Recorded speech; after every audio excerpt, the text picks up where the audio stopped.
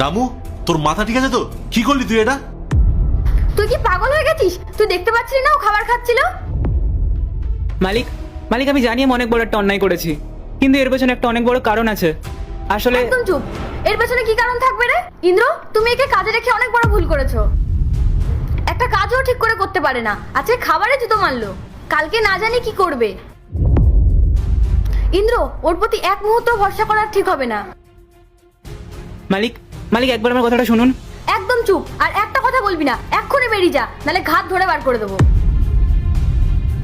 শুনতে পেলি না ও কি বললো? এক্ষুনি আমার বাড়ি থেকে বেরিয়ে যা।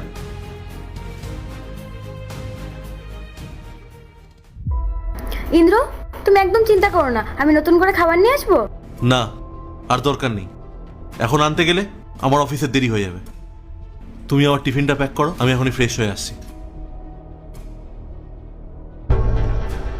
বাড়িতে হোক আর অফিসে, আমার তাতে কি, আমার উদ্দেশ্য পূরণ হলেই হলো।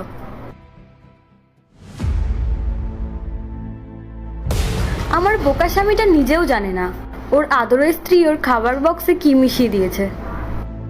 একবার শুধু খাবারটা মুখে তুলুক, তারপর আমার পথের কাঁটা সারা জীবনের জন্য দূর হবে।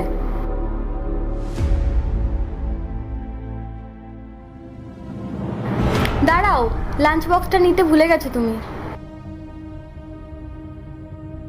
রামু যে কাজটা করলো, সত্যি বলতে আমি আশাই করতে পারিনি।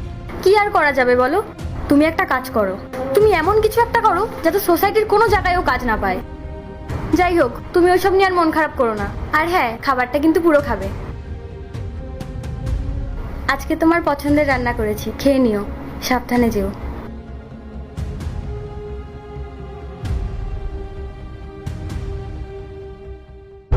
ইস, বেচারা, ও নিজেও জানে না ওর সাথে কি হতে চলেছে। সন্ধ্যায় যেও কিভাবে বাড়িতে ফিরবে সেটা তো শুধু আমিই জানি।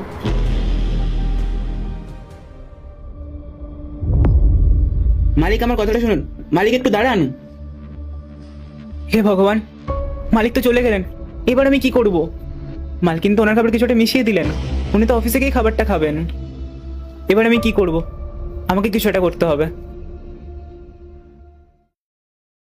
মালিক, এই খাবারটা আপনি একদম খাবেন না। রামু, তুই আমার অফিসে?